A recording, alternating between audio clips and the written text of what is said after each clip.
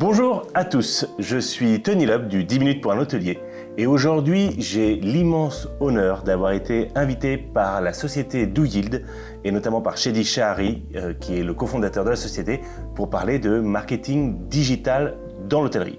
Le but aujourd'hui va être de vraiment revoir dans son ensemble le marketing, qu'est-ce qui fonctionne, qu'est-ce qui ne fonctionne pas, qu'est-ce que vous devriez faire, qu'est-ce que vous ne devriez plus faire. Et donc d'avoir un petit peu pour vous une espèce de to-do list au final sur comment faire cartonner votre hôtel en direct. Hello Shedi. Bonjour Tony, ravi de t'accueillir. Merci, c'est vraiment un honneur. On est dans un endroit magnifique, au 39e étage de La Défense, avec une vue splendide, j'adore. En tout cas, on est content de t'accueillir Tony. Je te remercie. Alors, pour commencer, tu m'as fait l'autre fois une analogie que j'ai trouvée très rigolote sur le marketing où tu me disais que justement, avoir un hôtel et ne pas investir dans la visibilité ou le marketing, c'est comme un restaurant étoilé dans une ruelle complètement vide. On a beau avoir une très belle carte ou pour le cas d'un hôtel, des super matelas, une super déco, mais si on n'est pas assez visible, ça ne sert à rien. L'idée, c'est de mettre le paquet sur le digital. C'est comme pour prendre la référence de la restauration, c'est comme si on mettait un food truck sur l'avenue des Champs-Élysées. Le marketing digital est devenu indispensable et il faut se mettre dans son établissement sur la rue ou l'avenue du digital pour être visible. Alors justement, j'ai listé plusieurs rues ou avenues dont on va parler. Donc on va parler aussi bien de sites web que de réseaux sociaux, que de ads, etc. Et l'idée c'est que tu puisses nous dire un petit peu parmi tout ça en fait quelles sont les avenues où tu devrais mettre ton hôtel, parce que c'est vrai que je suis d'accord avec toi. C'est super d'avoir un hôtel magnifique, mais si en fait personne ne le voit, ça sert à rien. Les 4 avenues que je peux citer, tu commences déjà par les campagnes ads, qui sont assez importantes pour justement protéger sa marque, du brand protection. Après du meta search, forcément pour être présent sur l'ensemble des comparateurs de prix. Ça, c'est indispensable. Après, il y a tout ce qui est méta, Facebook Ads, mais là, pour le coup, c'est beaucoup plus pour du retargeting. D'accord. Et pour finir, de la rétention de clients, donc travailler sa base de données clients, CRM. Ok, super. On va revenir là-dessus. Alors, juste avant, en fait, j'aurais bien aimé qu'on commence par le site web, parce que c'est vrai que en marketing, tout ce que tu fais va à un moment donné amener sur ton site web. C'est clair. Est-ce que tu vois aujourd'hui des erreurs grossières qu'il ne faut plus faire ? Alors l'erreur principale quand les prospects ou les clients viennent nous voir, ils veulent que leur site internet soit un site vitrine, un site qui met en avant leur chambre, leurs photos, leur déco, leur storytelling. Mais ça c'est bien. Par contre, le site internet doit être conçu pour de la conversion. Il faut que ça soit un site e-commerce. Il faut que les hôteliers sachent que 75% des visiteurs du site ne viennent pas pour réserver. Donc forcément, il ne faut pas les traiter comme des leads ou des clients chauds qui réservent tout de suite. Donc l'idée, c'est de mettre au maximum sur les sites internet de l'hôtel ou le concevoir déjà comme un site e-commerce et de mettre des call to action, en tout cas des boutons réservés partout. Il faut qu'ils convertissent au maximum le site internet. Mais alors, les 75%, ils viennent faire quoi sur le site finalement ? Ils viennent chercher l'information, ils viennent aussi vérifier que le site internet de l'hôtel ou l'hôtel propose le tarif le moins cher et donc éventuellement comparer par rapport à un hôtelier et donc convertir l'idéalement possible en direct sur le site en propre. D'accord, et parce que là tu disais, donc, tu as la partie tarif moins cher, mais tu disais chercher des informations, tu veux dire qu'il pourrait y avoir aujourd'hui des gens qui vont sur Booking, trouvent un hôtel et passent sur le site, mais pas dans le but forcément de réserver, juste ils prennent plus d'infos pour ensuite finir la réservation sur Booking. Alors oui, certains, en tout cas la stat que j'ai eue fait que 40% de ceux qui viennent sur le site internet ont déjà consulté les pages des hôteliers avant d'arriver sur le site. D'accord. Et ils viennent surtout confirmer les informations qu'il y a eu sur Booking et Expedia quand ils passent sur le site internet de l'hôtel. Et donc c'est important, comme tu viens de signaler tout à l'heure, que le site soit conçu pour convertir et donc pour retenir ces clients-là et qu'ils finissent par réserver sur le moteur de réservation de l'établissement. Ok, compris. Et est-ce que tu as quelques éléments clés qui font qu'un site aujourd'hui est plus performant qu'un autre ? Il faut travailler 3 choses. Travailler déjà le contenu du site internet, donc En gros, il faut que les images et le contenu soient qualitatifs. Deuxième chose, alors ça c'est hyper important, que beaucoup oublient, il faut concevoir le site en mobile first. En gros, avant on avait l'impression qu'il faut plutôt concevoir sur la version desktop avant d'arriver sur le mobile.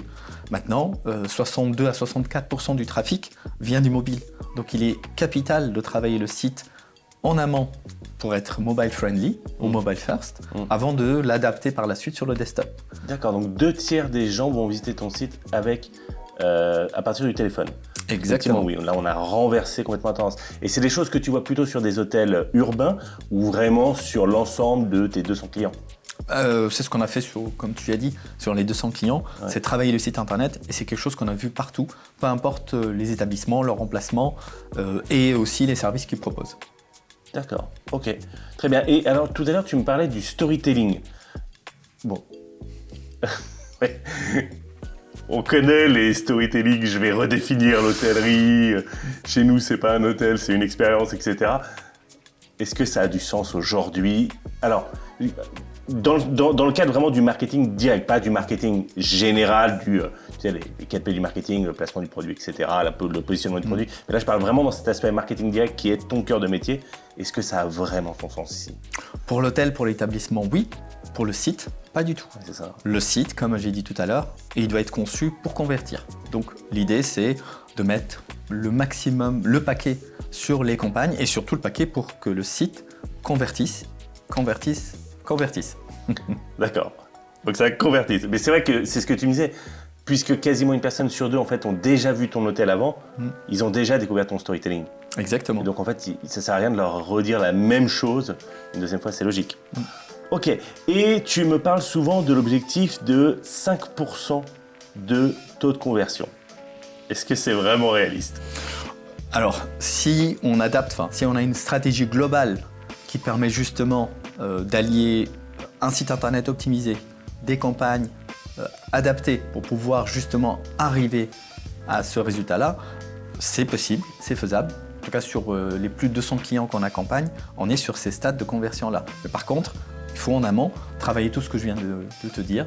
C'est toute une stratégie globale qui va de l'acquisition jusqu'à l'optimisation du site internet, puis après de la rétention par de la fidélisation via un CRM pour arriver justement à un taux de conversion à 5%.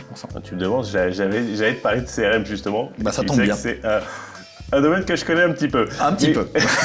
Je voulais juste revenir parce que là, il y a un point que tu me disais qui était intéressant, c'est que quand je te demande si c'est réaliste, ta réponse n'est pas juste sur le site web. C'est-à-dire que tu me dis oui, c'est réaliste à condition d'avoir un site web et un écosystème complet autour. Et c'est intéressant parce que très souvent, dans les personnes avec qui je vais parler, avec qui j'ai échangé, ils vont me dire oui, ton site web devrait convertir. Mais en fait, non, ton site web n'est qu'une finalité. Donc c'est l'ensemble qui fait qu'au final, ton site web aura le taux de conversion de 5%. Exactement. Et puis on le verra peut-être sur une autre vidéo, on parlera un peu de l'aspect stratégie tarifaire, qui est assez important, qui est un élément aussi important pour justement améliorer ce taux de conversion. Donc il y a toute une stratégie déjà qui commence par la visibilité, l'acquisition, le travail du contenu et du site internet, et puis par la suite un peu de fidélisation quand même qui assure de la conversion à long terme pour arriver, couplé à une stratégie tarifaire qui soit cohérente pour pouvoir arriver à ces fameux 5% de taux de conversion. D'accord, alors là justement, tu me parles de fidélisation et c'était le prochain grand sujet, le CRM hôtelier. Alors oui, moi effectivement, quand j'avais cofondé Expérience, j'étais en plein dans la vague du CRM hôtelier. C'était la grande époque, parce que c'était le début des formulaires de pré-accueil, etc., les premiers emailing hôteliers. Aujourd'hui, est-ce que ça a toujours un sens? Est-ce que c'est toujours utile? Est-ce que tu vois une différence chiffrée sur tes clients ou est-ce que c'est un petit buzz sympa? C'est capital. C'est pas anodin si les mastodontes du e-commerce style Amazon ou pour parler de l'hôtellerie, les hôtiers, Booking, Expedia, Airbnb ne donnent plus les adresses mail. Les bases de données clients, c'est capital de travailler, en tout cas d'avoir l'info des clients pour pouvoir justement les travailler et donc travailler cette base de données par de l'emailing, avoir un CRM, c'est capital pour retenir, pour fidéliser ses clients dont l'acquisition est plutôt moins chère versus des campagnes ads ou Meta. D'accord. Et alors, continuer sur ce sujet. Moi, j'avais en fait une stat, qui est une stat de l'époque, et j'aimerais bien savoir un petit peu où est-ce qu'on en est aujourd'hui, où on voyait bien que faire de l'emailing quand on était un hôtel, à moins d'être bien évidemment une espèce de resort à Phuket avec une vue sur la mer extraordinaire et un bar à cocktail, mais on va dire quand on est un hôtel urbain, classique, même de très bonne qualité, envoyer un emailing ne va pas déclencher une intention de réservation, mais par contre d'envoyer régulièrement de l'emailing, ça fait que les gens qui s'apprêtent à revenir dans ta région vont revenir chez toi. Est-ce que tu arrives à chiffrer un peu les résultats ? Pour un hôtel qui déjà utilise une stratégie d'acquisition de l'ensemble des campagnes, il peut atteindre un mix client en direct à 30%. Tout ce qui est fidélisation permet justement d'atteindre les 50% de mix client en direct parce qu'il y a la strat CRM qui permet justement de rester dans la mémoire des clients, de travailler la fidélisation et donc améliorer ce mix, en tout cas cette part de direct, de 30 à 50%. Ok, good. Alors, j'ai une question par rapport à ça, et sur la partie particulièrement acquisition. Donc, une strate d'acquisition, d'aller chercher des clients, etc. Mais aujourd'hui, est-ce que vraiment ça sert de faire de la pub partout ? C'est-à-dire Google, Meta, donc Meta, Facebook, Instagram, etc. TikTok, LinkedIn, enfin, tu as plein de canaux de pub qui existent. Est-ce que ça sert vraiment d'en faire partout ? Alors, ça dépend des canaux. Ouais. Les campagnes ads pour du brand protection, c'est indispensable. D'accord. Pour du brand meta protection, tu parles de protection de la marque ? Exactement. Ok, d'accord. Éviter la cannibalisation auprès des outillés. Compris. En fait, marque, tu tapes le nom de l'hôtel tout court et en fait, en mettant des annonces via Google Ads, tu permets d'être en premier, donc de protéger ta marque. Ok. Sur les campagnes méta, sous condition bien évidemment de faire attention aux tarifs et d'afficher toujours les tarifs les moins chers en direct. Et donc sur les méta, ça c'est quelque chose qu'il faut activer systématiquement qui assure une conversion toujours en direct la meilleure possible. Okay. Sur du méta, Facebook, Insta, pour le coup, c'est bien, mais en retargeting. Sauf pour des hôtels qui ont des objectifs de visibilité peut-être, mais en tout cas, pour convertir en direct, il faut l'activer en retargeting. D'accord. Tu as parlé tout à l'heure de TikTok. Alors, TikTok, c'est plutôt un grand sujet. Un grand sujet, effectivement. TikTok, pour l'instant, ça ne sert à rien parce que c'est une population assez jeune et on en parlera tout à l'heure si tu le souhaites, Tony. Ah bah avec plaisir, c'est justement dans mes petites fiches, j'ai une petite question sur le sujet des réseaux et de TikTok. Alors, tout à l'heure, tu me parlais de 3 types de campagnes publicitaires. Tu me parlais d'acquisition, tu me parlais de rétention de clients, tu me parlais de protection de la marque. Et je voulais qu'on clarifie un petit peu chacun de ces points. Qu'est-ce que c'était concrètement, à quoi ça sert pour un hôtel ? Donc si on prend l'acquisition déjà par exemple, qu'est-ce que tu peux faire en campagne de pub pour acquérir des nouveaux clients ? Il faut lancer des campagnes Google Ads pour aller chercher de nouveaux clients pour l'établissement. Pour les campagnes de brand protection, c'est aussi via des Google Ads. Et alors c'est quoi la différence entre les deux ? Comment tu... La première, c'est d'aller chercher via des mots-clés génériques une nouvelle clientèle. Genre Hôtel Cannes, Hôtel 3 étoiles, etc. Oui, exactement. D'accord. Pour du brand protection, c'est protéger déjà le nom de l'établissement, de l'hôtel. D'accord. Et via des meta-search, pour des gens qui tapent directement aussi le nom de l'établissement, pour le coup par rapport au comparateur de prix, ils vont apparaître aussi parmi les outillés. Si l'hôtel a une stratégie tarifaire cohérente avec des tarifs moins chers, c'est l'idéal. Pour de la rétention, ça va être via justement des campagnes de meta-ads sur du retargeting. D'accord. Ou via, comme on a dit tout à l'heure, une stratégie CRM de fidélisation client. D'accord, meta-ads retargeting, on est d'accord, la personne passe sur ton site web et après elle se met à voir des bannières où elle parle... Exactement. Ok. Une bannière où, pour le coup, on essaye d'être factuel et d'envoyer peut-être des codes promo parce que le client en retargeting connaît déjà l'établissement. Donc ça ne sert à rien de le retargeter avec juste des bannières en disant l'hôtel est le plus beau, on est à côté des Champs-Élysées ou autre. Non, il faut rester factuel, il faut penser conversion comme on a dit tout à l'heure. C'est ça. Et donc retargeter le client par des codes promo. Oui, en fait, on revient à ce que tu disais sur...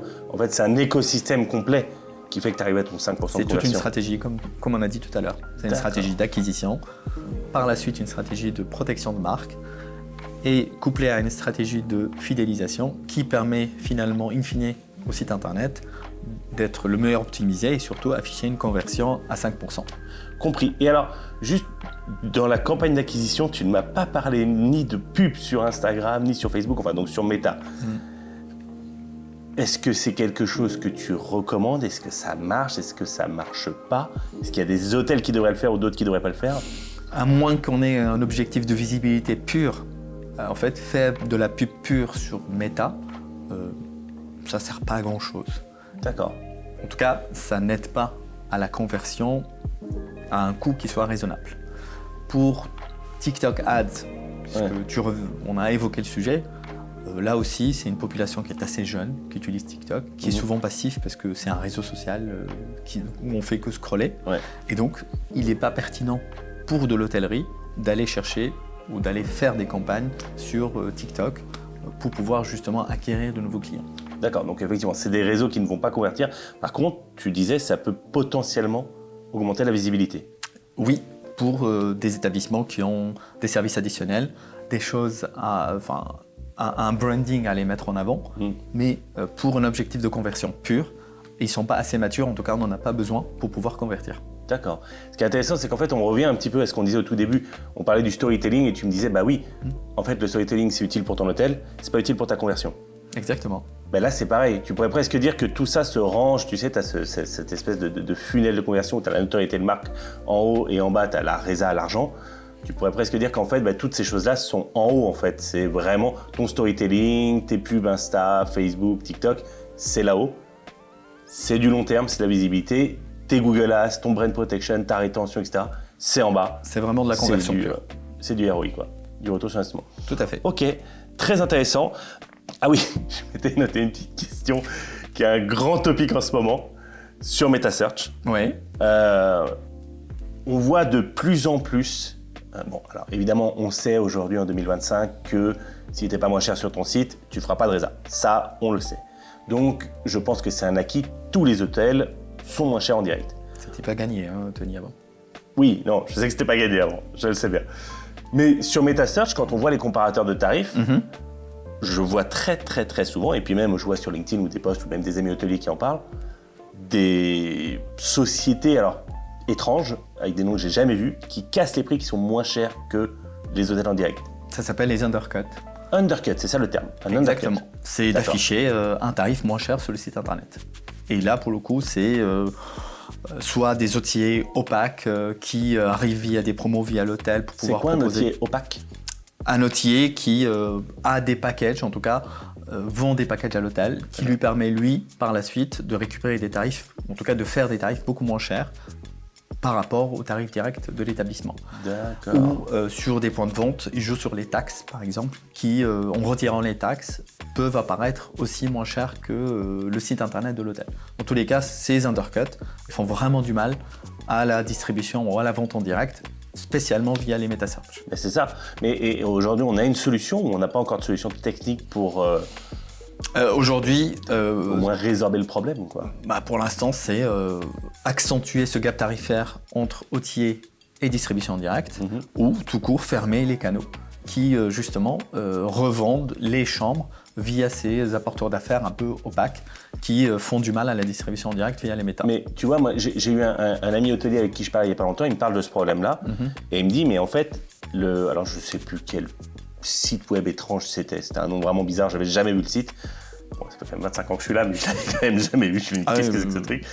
Et il me dit, mais je n'ai jamais signé de contrat avec eux, ils ne sont pas connectés à mon channel manager. Qu'est-ce qui se passe? Comment ils vont récupérer le truc? Le monde de la distribution a tellement évolué que beaucoup d'apporteurs d'affaires maintenant se mettent en revendeurs. Du coup, il y a beaucoup de nouveaux apporteurs d'affaires qui apparaissent juste parce qu'ils revendent des chambres qui appartiennent à d'autres. Et donc, tu veux dire que donc, moi, je suis un hôtelier, je signe un contrat avec Booking, Expedia, admettons. Je dis ces deux-là parce que c'est les plus connus, mais ça pourrait être n'importe qui. Et eux vont revendre mon stock à quelqu'un d'autre. Avec une marge, qui revendent à d'autres, qui revendent à d'autres. Et en fait, les revendeurs, leur seul objectif, c'est justement de convertir ou de vendre. Et du coup, même s'ils gagnent 1 ou 2 euros sur une réservation, c'est toujours une vente. Et donc forcément, ils ne s'arrêtent pas à baisser les prix pour pouvoir apparaître moins cher et donc améliorer la conversion. Oui, mais comment je peux savoir alors qui a revendu ma chambre ? Là, c'est forcément, il faut faire une réservation test pour pouvoir identifier l'apporteur d'affaires qui a fait cette revente et qui a autorisé ce undercut sur les MetaSearch. D'accord, donc tu veux dire que si je fais une réservation sur cette ETA étrange, je verrai la résa tomber sur le bon back-office. Exactement. Et donc là, je pourrais repérer qui c'est, je peux les contacter et faire quelque chose. Et donc, contacter l'apporteur d'affaires avec qui vous avez signé pour pouvoir arrêter cette revente et éventuellement arrêter ces undercuts.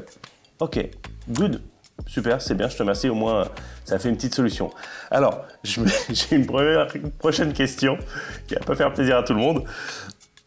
Et bon, je viens donc des années 2000 où le référencement, voilà, tu sais où je veux en dire, c'était le truc à l'époque. On avait des techniques, on faisait du keyword stuffing, tu sais, on mettait plein de mots-clés. Enfin, t'as connu ça, hein, dans une page. On a eu l'époque où on mettait des mots-clés de la même couleur que le fond du site web. On créait des réseaux de maillage de sites, etc.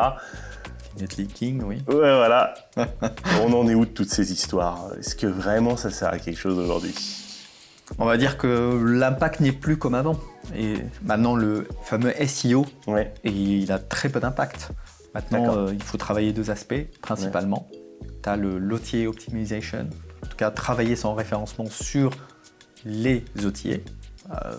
Améliorer son image, en tout cas travailler son image sur Booking et Expedia. Booking qui est devenu maintenant le comparateur, en tout cas le moteur de recherche des hôtels. C'est capital de travailler sa présence sur ces OTA. Et tu as 2-3 astuces de comment optimiser ton référencement sur un OTA par exemple? Il y a non seulement les photos, il faut travailler les photos. On a onboardé un hôtel la semaine dernière où il y avait des photos de chambres qui n'ont pas été faites sur les OTA, sur Booking ou Expedia. D'accord. Donc, travailler sa présence, travailler la typologie de chambre sur ces catégories-là et surtout travailler la visibilité en mettant en avant les atouts de l'établissement sur les OTA. D'accord. Puis après, maintenant, avec l'essor de l'IA, oui, c'est un grand sujet, qui devient capital, donc maintenant il faut travailler justement sa présence, en tout cas son contenu, pour être bien référencé sur les agents IA et donc optimiser son référencement sur l'intelligence artificielle. Ok, d'ailleurs j'ai vu un article qui a été publié par ta société il n'y a pas longtemps où vous avez traqué les premières réservations dont le référeur, donc le référeur, je rappelle pour les hôteliers, c'est la source, le site qui a ramené une réservation sur ton site à toi, enfin un achat. Et donc vous avez traqué les premières réservations en provenance de ChatGPT et Perplexity aussi. Exactement, on commence à avoir nos premières réservations sur les agents, en tout cas sur de l'IA, que ce soit, comme tu as dit tout à l'heure, Perplexity ou ChatGPT ou d'autres agents d'ailleurs. Mais alors, justement, parce qu'aujourd'hui avec les intelligences artificielles qui scannent partout tout ce qu'elles peuvent trouver sur un établissement, elles vont scanner le site web, toutes les photos, les services, les OTA, les pages, etc. Mais elles vont aussi scanner les avis clients, non? Les avis clients, la réputation est assez importante pour drainer une nouvelle clientèle et surtout augmenter la visibilité de l'établissement et du site internet aussi. D'accord, mais alors, parce que tout à l'heure, alors c'était assez marquant cette stat que tu me donnais sur le fait que l'acquisition, tu pouvais avec des campagnes d'acquisition arriver à 30% de direct et quand tu étais équipé correctement d'une vraie strat CRM, tu pouvais finir par dépasser les 50%. Travailler cette base de données, c'est assez capital parce que ça te permet non seulement de rester dans la mémoire des clients, mais surtout en essayant d'envoyer, en tout cas de donner via le CRM le moyen au client de parler en bien, d'améliorer la note de client, ça te permet de gagner en réputation et donc améliorer justement cette part de direct, de passer de 30, comme on a dit avec les campagnes d'acquisition standard, acquisition via Ads, MetaSearch, vers du 50%, voire plus, de mix client direct. D'accord, oui, donc en fait, tu as vraiment un effet qui va monter petit à petit. Un cercle vertueux qui permet justement d'atteindre des parts de direct au-dessus de 50%. D'accord, ok. Alors, maintenant, j'ai une autre question. Je profite que tu sois là, enfin, d'être invité par toi pour répondre un petit peu à toutes ces grandes questions. On a rapidement parlé des ads sur TikTok, Instagram, Facebook, etc. Donc ça, c'est la partie publicitaire. Maintenant, sur la partie plus classique, organique, donc de toi-même avoir tes réseaux, etc. Est-ce que ça sert à quelque chose? Est-ce qu'il faut investir du temps? Est-ce que... Le sujet réseaux sociaux, est-ce vraiment utile? Je sais, mais tout le monde se pose la question, donc tu es mieux placé qu'un hôtelier tout seul, parce que tu as une vraie vision globale. Qu'est-ce que tu vois, toi? Écoute, à moins d'avoir d'autres centres de profit, un storytelling aussi poussé, avoir des services comme du spa, de la piscine, pour un hôtel urbain avec B&B ou avec le petit déjeuner, les réseaux sociaux, ils ont très peu d'impact. Et il faut que ça soit dans la même hypothèse ou dans la même philosophie qu'un site internet, axé pour la conversion. Et donc, travailler les réseaux sociaux, mais uniquement avec des codes promo qui permettent aux clients justement de réserver en utilisant des codes promo. D'accord, mais alors, ça, ouais, sur les codes promo, ça, je suis d'accord, puis ça me semble assez logique. Mais tu vois, moi, par exemple, j'ai différentes activités professionnelles. 10 minutes pour l'hôtelier est une de mes activités. Et j'ai certaines activités qui me demandent de la présence sur les réseaux parce que c'est du e-commerce classique de l'achat de biens. Maintenant, dans l'hôtellerie, est-ce que ça vaut vraiment le coup d'être là, de poster tous les jours? Enfin, c'est quand même chronophage à faire. Enfin, je vois sur certaines de mes boîtes, ça demande du temps. C'est clair, mais en tout cas, un temps investi avec un ROI qui n'est pas présent. À moins que tu n'aies pas cette stratégie de code promo. Pour le coup, investir du temps sur les réseaux sociaux, tu n'auras pas en face un ROI qui soit acceptable.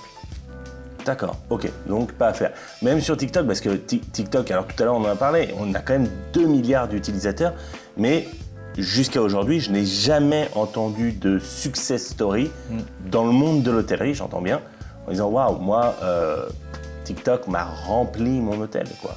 TikTok, c'est typiquement le réseau social qui a une population, en tout cas une cible d'utilisateurs assez jeune. D'accord. Je crois que c'est 63% des utilisateurs en moins de 25 ans. Donc forcément, c'est pas la cible idéale à travailler pour de l'hôtellerie, classique. Et le temps investi pour s'occuper des réseaux sociaux pour des hôtels urbains qui ont que le petit déjeuner comme centre de profit, c'est un temps qui n'a pas forcément des ROI en face. Donc les réseaux sociaux n'ont plus, en tout cas, on n'a plus l'impact qu'on avait peut-être fut un moment. Et un réseau social comme TikTok aussi ou Insta, c'est plutôt des réseaux sociaux, comme j'ai dit, passifs, où on scrolle tout le temps, où il n'y a pas forcément de call to action, et donc pas forcément pertinent pour de l'hôtellerie classique. Oui, c'est ça. En fait, ça marche peut-être plus pour du e-commerce, d'acheter des produits. Et d'ailleurs, j'avais vu en fait une discussion super intéressante sur le sujet où il parlait de ce concept de l'achat impulsif. C'est vrai qu'aujourd'hui, je tombe sur une pub, tiens, j'ai eu le cas il n'y a pas longtemps, je tombe sur une pub Instagram avec, tu sais, des lumières ventouses que tu peux juste coller à ton mur et puis ça te fait un petit effet. Enfin, ça vaut 30 balles ou 40 balles, tu tombes sur le truc, tu te dis, oh, c'est rigolo, t'en achètes une. C'est vrai que quand tu t'apprêtes à séjourner dans un hôtel... C'est pas l'achat impulsif d'une ampoule, ça c'est sûr. Non, non. Et puis t'as l'avion, etc. Enfin, c'est pas non plus comme un resto. J'avais entendu une phrase comme quoi que ces réseaux-là, c'était pour faire du marketing de proximité. Ça fonctionnait si tu pouvais instantanément consommer le truc. Tu as raison. Ok, parfait. Alors tu confirmes ce que j'avais entendu. Alors, on arrive pas loin de la fin. Et j'avais quand même envie qu'on revienne un petit peu sur l'intelligence artificielle. C'est le mot du moment. On ne pouvait pas faire une interview sans parler de ça. On a parlé tout à l'heure de l'importance d'être présent partout. Mais c'est quoi ta vision sur le sujet aujourd'hui? C'est une question très générale. Hein. Ah ouais, ça... Oui, mais j'avais juste envie d'avoir ton feedback. Écoute, l'IA, c'est le sujet du moment, quoi, tu as dit tout à l'heure. Tout le monde n'arrête pas de me dire l'IA, elle est intelligente, elle réfléchit. Pas du tout. Pour moi, l'IA, elle reproduit des schémas. Et donc forcément, l'IA n'est pas pertinente, elle ne remplacera pas l'humain et n'est pas pertinente si on ne la travaille pas. L'IA récupère le contenu, donc c'est ce qu'on a dit tout à l'heure. C'est assez pertinent de travailler son contenu sur le site internet qui soit compatible et qui le remontera par la suite sur l'IA, qui permettra in fine d'améliorer la conversion en utilisant ces agents. D'accord.